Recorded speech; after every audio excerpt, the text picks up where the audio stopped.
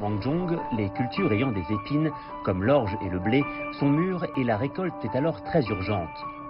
En même temps, c'est la saison la plus propice aux semences estivales.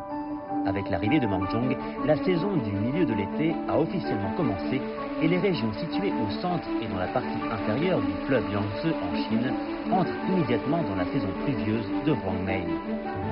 En été, les plantes grandissent rapidement. Pendant cette saison, boire du thé et brûler les aromates des herbes naturelles sont des coutumes importantes de Wangzhong. Après Wangzhong, les températures sont en hausse, tout comme les précipitations et l'humidité de l'air. Dans ce cas-là, les bactéries se reproduisent à un rythme soutenu et toutes sortes d'insectes apparaissent. Les anciens Chinois ont découvert que durant cette saison, les gens tombaient souvent malades. Donc, au cours de cette période, les gens utilisent des aromates, ils les brûlent, en les mettant dans la maison ou en les portant pour exorciser les démons et dissiper la maladie. La déshumidification à chaud est le but principal de l'utilisation d'aromates durant cette période. Par conséquent, les feuilles de menthe, l'hysope géante et les atractylodes chinoises sont les herbes les plus appropriées. Ces substances médicinales sont réduites en poudre.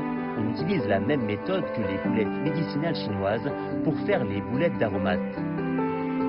Bien que les anciens ne connaissaient pas ce qu'ils appellent la peste, l'épidémie se réfère principalement au virus dont nous parlons aujourd'hui.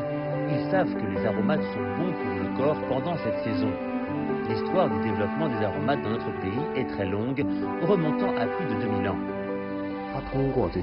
L'utilisation d'aromates est un phénomène très courant. On utilise des aromates de type herbe médicinale.